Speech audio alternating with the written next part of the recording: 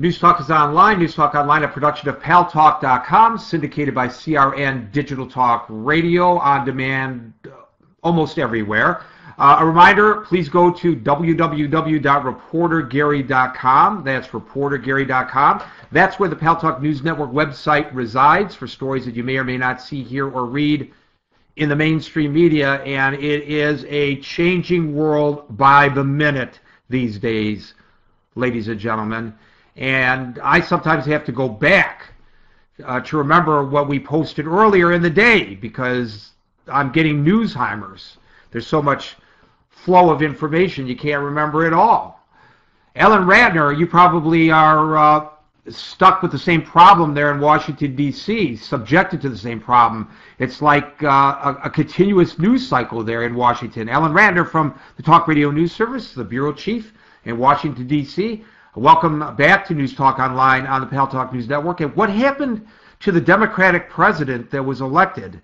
I didn't hear a Democratic president yesterday, by and large. I thought I was listening to a Republican president. Well, you were listening to a president who understands that he needs to get reelected and what he's going to do to get there.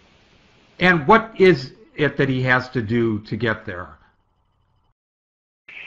Well, I think he has to make government happen with the session. He has to negotiate with Republicans. Then the will sort of stay along, even though both sides on the left will be very, very unhappy.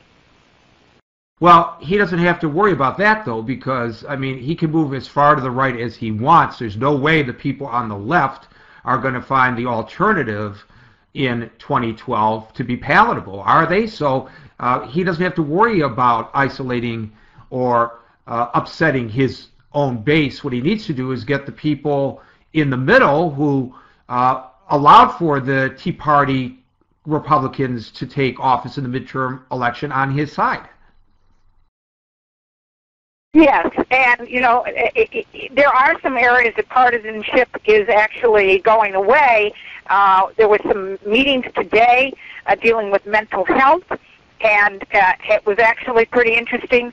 They were talking about mental health issues and also how they're going to deal with gun control issues for people who have, in other words, getting names to people that are on watch lists, etc., immediately to where they need to be, instead of what happened where the man who allegedly killed those 6 people, although I guess he's pled guilty, so we can say he did this, and shot Congresswoman Giffords, that he should not have been able to purchase a gun.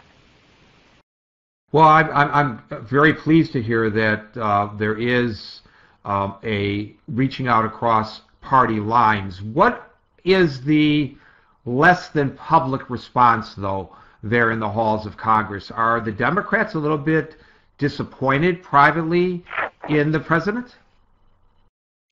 I'm sorry, I didn't hear you. What's the Democrats? Yes, not publicly, but privately. Are the Democrats there on the Hill a little bit disappointed in the president's performance yesterday?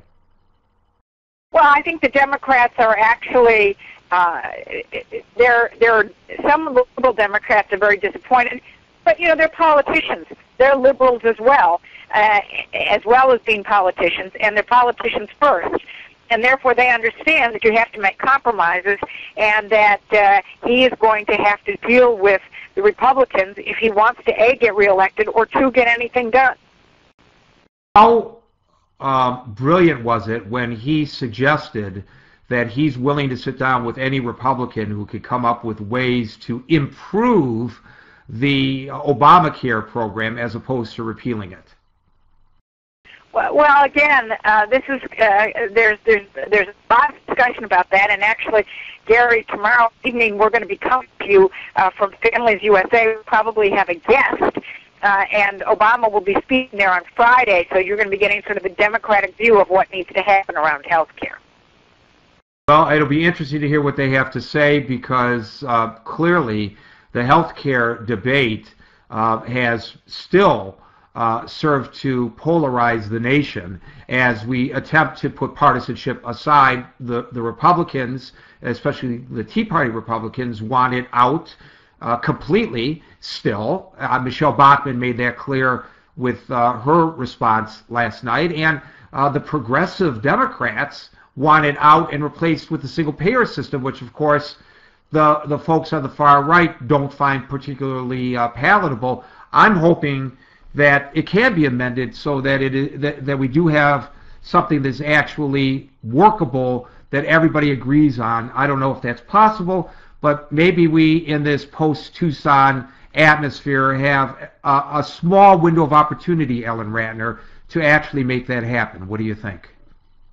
Well, that would be good, and actually I have to say that the rhetoric did die down yesterday after the president's speech, and I thought it was actually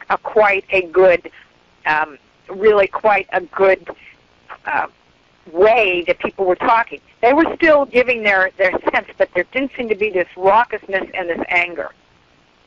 Yeah, but nobody was screaming liar at the president this time, and I thought that was just great. Yes, no, it was definitely a lot better, I have to say. He was a lot better too. I mean, for a moment there, I thought I was watching Jon Stewart with the jokes that he was cracking about. I hear that some of you may still not like the health care plan, and also when he talked about, I thought this was the line of the speech, frankly, when he talked about how government agencies are stepping over one another. He used the example of salmon. When salmon is in freshwater, one agency is responsible for it. When salmon is in saltwater, another agency is responsible for it. And then he gave a pregnant pause and said, and I understand that when salmon is smoked, yet another agency is responsible for it. And then he turned to the camera and he grinned like a little boy. It was awesome, I thought.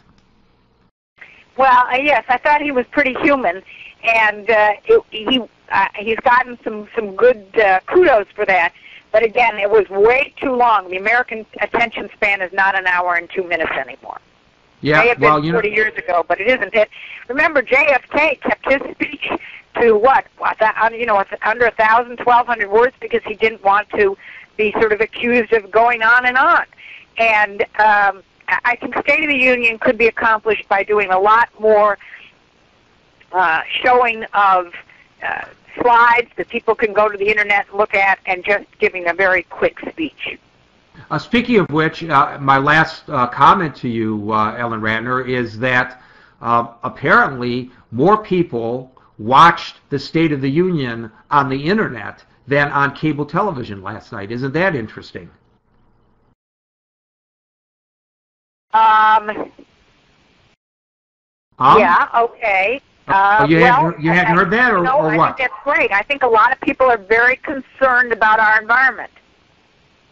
I think a lot of people are concerned about the environment, and you know what? If you're watching it on the internet, it comes to you unfiltered. If you're watching it on television, all the spin doctors are in there, and maybe people are a little tired of that, and maybe that's something that the cable news networks ought to be concerned about as a result of the viewing habits last night. Ellen Ratner from the Talk Radio News Service, the Bureau Chief in Washington, D.C. Looking forward to those reports tomorrow and Friday. And thanks for joining us on News Talk Online on the Paltalk News Network.